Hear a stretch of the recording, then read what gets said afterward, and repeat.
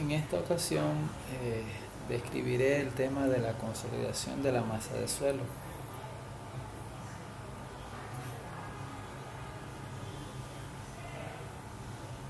Cuando un colchón está nuevo,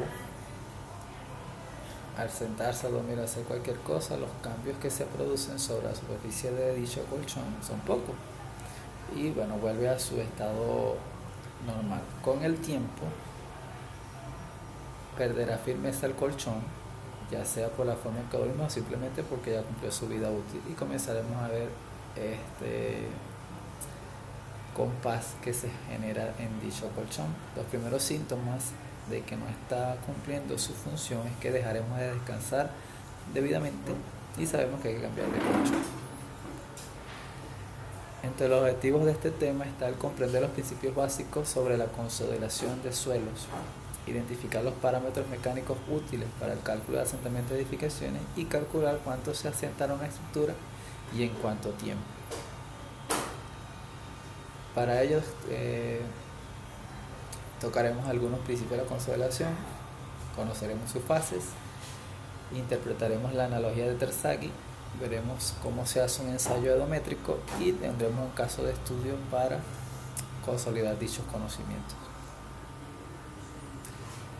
Cuando un cuerpo es sometido a un esfuerzo sobre ella, dicha fuerza produce una deformación sobre el mismo que podrá ser apreciable o no según la naturaleza que da origen a dicha fuerza. Esto se conoce como relación esfuerzo-deformación y es aplicable para cualquier tipo de elemento sin importar su origen o naturaleza. En esta ocasión presento el caso de subsidencia en el municipio de Lagunillas, en la costa oriental del Ecuador.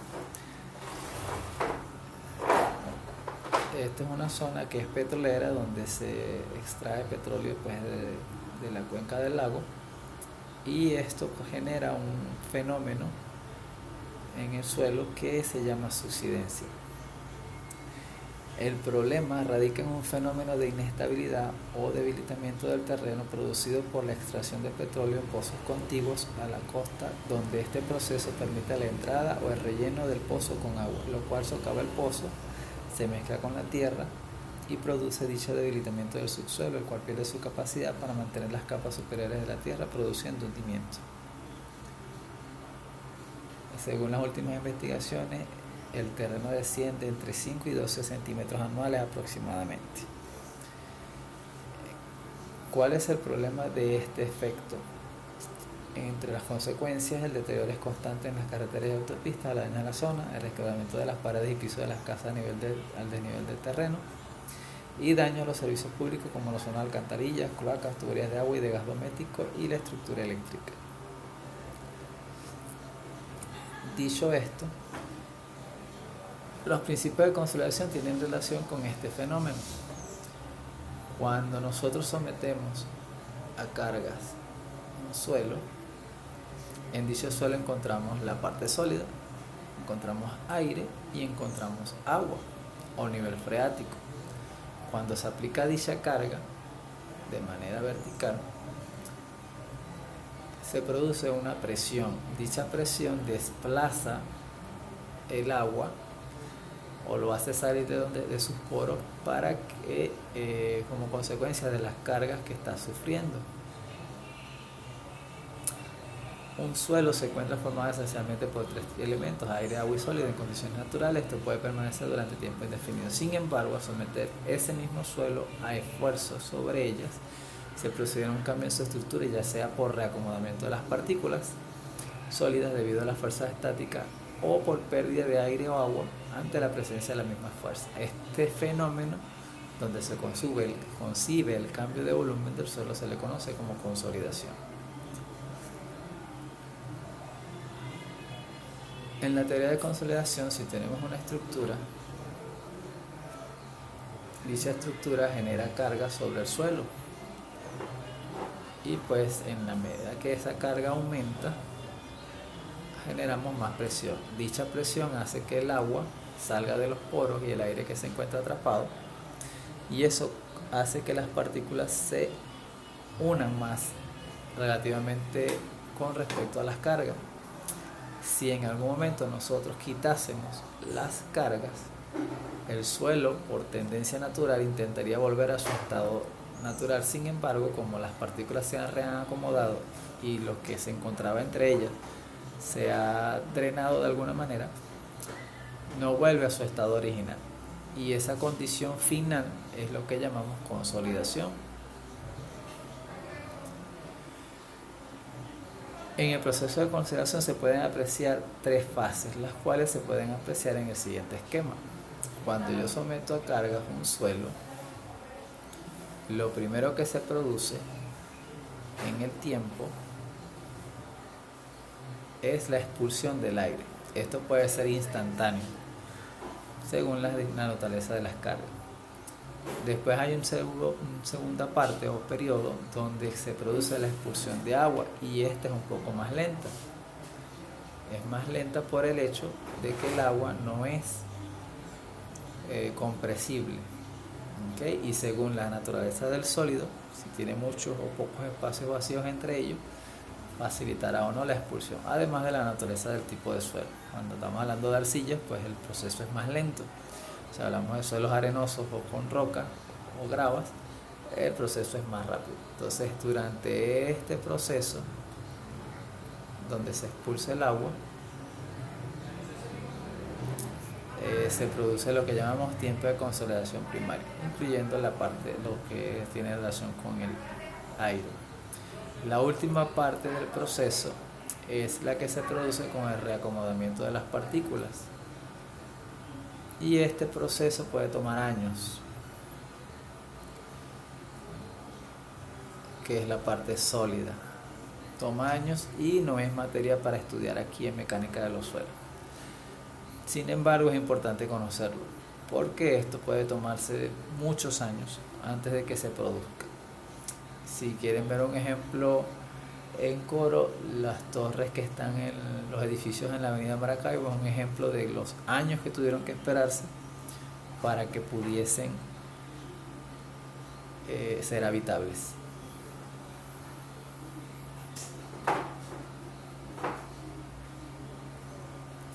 En la analogía de Terzaghi podemos ver un ejemplo de cómo se produce este fenómeno.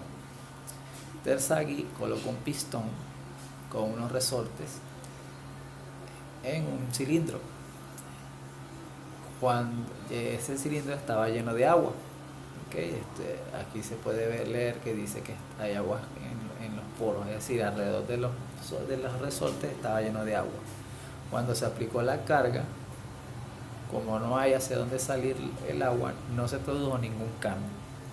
Sin embargo, cuando se abrió la válvula que detiene el paso del agua, se pudo apreciar que en la medida que se aplicaba la carga, iba saliendo el agua, o se iba expulsando el agua del proceso de presión. Entonces, a través de esta analogía se aprendió y se comprendió de que el proceso de consolidación está muy intrínsecamente relacionado con la cantidad de agua que posee el suelo, es decir, el nivel freático, traduciéndolo a la vida real. Si empleamos un consolidómetro para someter una muestra de suelo a una presión vertical y medimos su altura inicial y final, puede ver para cada incremento de carga se puede establecer una relación de esfuerzo versus los espacios vacíos. La relación entre los espacios vacíos y el cambio de altura que se puede obtener fácilmente observando el siguiente esquema. Condición inicial y la condición final, donde hay un cambio en el volumen de la muestra. ¿Okay? Esa diferencia de oquedad que notamos en esta zona, diferencia de altura o diferencia de oquedad, es lo que nosotros vamos a llamar asentamiento. ¿Okay? Y eso es lo que se espera que se mueva o se desplace una estructura en dicho suelo al estar fundado sobre él. Para evaluar los cambios de volúmenes de un suelo se utiliza un edómetro o consolidómetro, un equipo que consta de una taza de bronce en el que se coloca una muestra de suelo, es esta que está acá, a estudiar confinado entre dos piedras porosas. Esta se somete a incrementos de cargas. Esto que vemos acá son las cargas que se colocan en estos vástagos que vemos acá, bajo unas condiciones de hidratación y pesos controlados según la norma STM de 2435. ¿Okay? Entonces durante este ensayo se realiza por lo menos durante 4 días y se ven los cambios que se producen en la muestra de suelo a ir incrementando las cargas que están sobre ella. ¿En cuánto tiempo se produce la consolidación? De acuerdo con lo que hemos establecido hasta ahora, existen 2 tiempos en el que debemos considerar. ¿Okay? El tiempo donde se produce el 50% de la consolidación, es decir, la mitad del asentamiento posible, y desde aquí hasta que se produzca el 100% de la consolidación. En ese punto donde vamos al 100% es donde decimos, bueno, que ya es el asentamiento total que va a sufrir dicha estructura.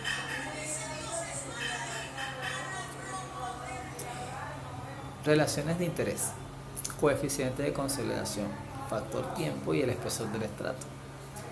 De acuerdo con Villalaz, nosotros podemos determinar el coeficiente de consolidación de un suelo en función de un tiempo que está tabulado de acuerdo a las distintas niveles de consolidación que pueda tener, el espesor del estrato, es decir, cuánto va a medir el estrato en el suelo, y un T50, que es nuestro modelo patrón de la gráfica anterior, que representa el 50% del asentamiento total que se puede producir en un suelo. ¿Cuánto se deforma? Ya sabemos que podemos medir en tiempo cuánto tiempo puede tardar en producirse el fenómeno, pero también necesitamos saber cuánto se va a deformar, es decir, cuánto va a ser el asentamiento que se produce en la masa de suelo. Como en el diagrama anterior, o algunos diagramas anteriores, un suelo en condiciones iniciales se somete a cargas y hay una variación de altura. Esa variación de altura es lo que nosotros vamos a denominar como el asentamiento.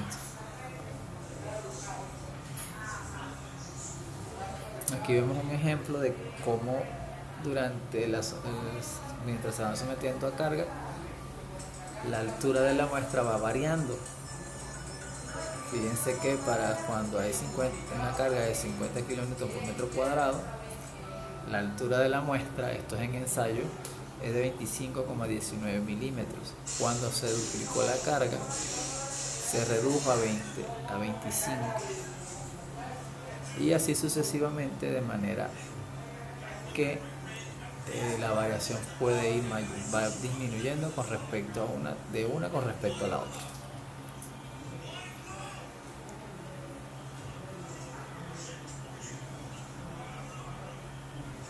Entonces, esto que vemos en la pantalla es una forma típica de cómo se debería comportar un suelo cuando se aplican cargas o se somete a cargas.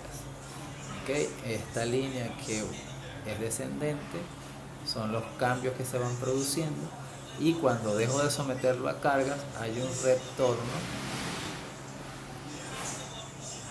retorno mínimo o máximo según las características del suelo, y de esa manera vemos cómo se comporta el suelo al estar sometido a carga en función de los espacios vacíos. La siguiente gráfica, o la gráfica de la derecha, es similar, solo que está representada de forma semilogarítmica. Aquí vemos un ejemplo de un ensayo, cómo se va sometiendo los esfuerzos del suelo, los cambios de relación de vacío que se van produciendo. Al quitar las cargas en el mismo ensayo se produce el retroceso.